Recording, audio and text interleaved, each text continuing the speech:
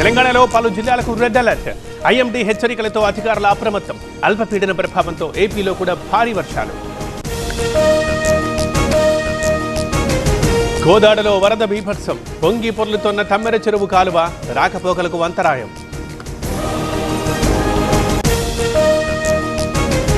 Pulivendula ఒంటిమిట్టలో counting కు సర్వం సిద్ధం. ఉదయం 8 గంటల నుండి ఓట్ల లెక్కింపు. ఫలితంపై సర్వత్రా ఉత్కంఠ.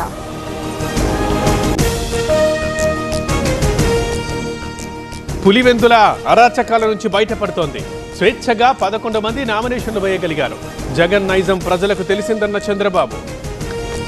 జగన్లా రాహుల్ మోదీకి భయపడరు. దమ్ముంటే ఓట్ల చోరీపై పోరాడాలన్న మాణిక్యం ఠాకూర్. ఇవాళ షర్మిల ర్యాలీలో పాల్గొనాలని సూచన.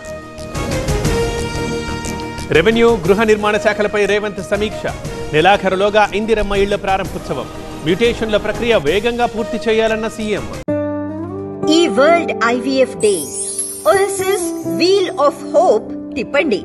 ఫ్రీ ఐవీఎఫ్ గెలుచుకోండి. ప్రాజెక్టుల దగ్గర నిరంతరం అప్రమత్తంగా ఉండాలి. నిర్లక్ష్యంగా వ్యవహరిస్తే ఉపేక్షించేది లేదు. నీటిపారుదల శాఖ అధికారులతో మంత్రి ఉత్తమ్. మంగళగిరి శివారులో రత్నాల చెరువు మునక. కాలనీ వాసుల్ని ఖాళీ చేయిస్తోన్న సిబ్బంది. సురక్షిత ప్రాంతాలకు తరలింపు. బెజవాడలో మంత్రి నారాయణ పర్యటన. బుడమేరుపై పుకార్లు నమ్మొద్దన్న కలెక్టర్. ప్రకాశం బ్యారేజీకి మొదటి ప్రమాద హెచ్చరిక. గుంటూరు పల్నాడు జిల్లాల్లో భారీ వర్షాలు. ఓ కాలనీలో మోకాళ్ల లోతు నీళ్లు. లాన్ దగ్గర పెరిగిన వాగు ప్రవాహం. వర్షాలపై అప్రమత్తంగా ఉన్నామన్న చంద్రబాబు. అధికారులతో హోంమంత్రి అనిత సమీక్ష. యంత్రాంగమంతా సిద్ధంగా ఉండాలని ఆదేశం. హైదరాబాద్ విజయవాడ హైవేపై వరద. వాహనాలను దారి మళ్లిస్తున్న పోలీసులు. ఇబ్రహీంపట్నం గాజులపేట మునక. విజయవాడ గొల్లపూడిలో భారీ వర్షం. అపార్ట్మెంట్లలో చేరిన వర్షపు నీరు. ఇబ్బందులు పడుతోన్న 80 ఫ్లాట్ల యజమానులు.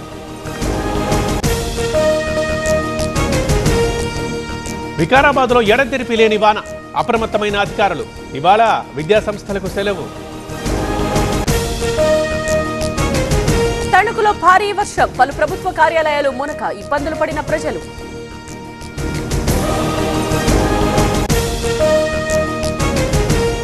లిక్కర్ కేసులో నిందితుల రిమాండ్ పొడిగింపు. అన్యాయంగా జైలుకి పంపారన్న చెవిరెడ్డి. అనారోగ్యంతో బాధపడుతున్నానంటూ ఆవేదన. ఇద్దరు ఎమ్మెల్సీల నియామకంపై సుప్రీం స్టే. తదుపరి విచారణ వచ్చే నెల 17కి వాయిదా. 2 పార్టీలకు చెంపదెబ్బన్న కేటీఆర్. సమ్మె కొనసాగినా పర్వాలేదన్న నిర్మాతలు.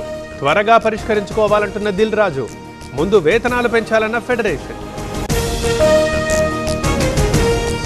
బీహార్ ఓటర్ల జాబితా సవరణపై వాడివేడి వాదనలు. ఎస్ఐఆర్తో ఓటర్లకు నష్టం లేదన్న సుప్రీంకోర్టు. గుర్తింపు కార్డుపై ఈసీ నిర్ణయానికి సమర్థన. గాడ్సే కుటుంబ సభ్యుల నుండి ప్రాణహాని. పూణే కోర్టుకు హాజరు కాలేనన్న రాహుల్ గాంధీ. అదనపు భద్రత కల్పించాలని విజ్ఞప్తి.